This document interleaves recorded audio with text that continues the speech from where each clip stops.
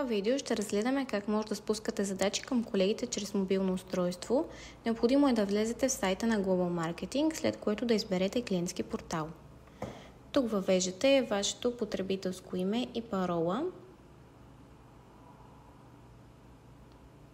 след което избирате меню задачи и полето нова задача.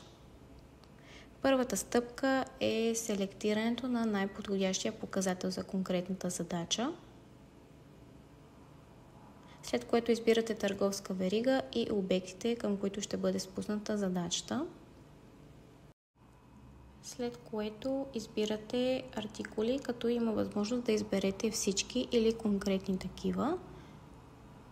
Следва периода на самата задача, като важно уточнение е, че най-ранният период, за който може да бъде спусната, е предстоящата седмица. За текущата не е възможно генериране на задача. Най-ранната възможна дата е следващият понеделник. В полето за коментар има възможност да въведете информация, която да поясни необходимите действия, които очаквате колегите да извършат.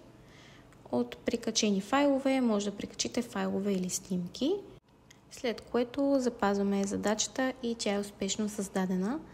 Преди да бъде генерирана и да достигне до колегите е в статус запитване.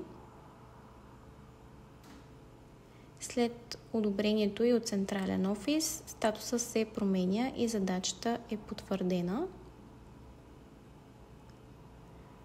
За да проследите обратна връзка от колегите, е необходимо да натиснете върху самата задача и от полето справка да проследите предприетите действия от колегите.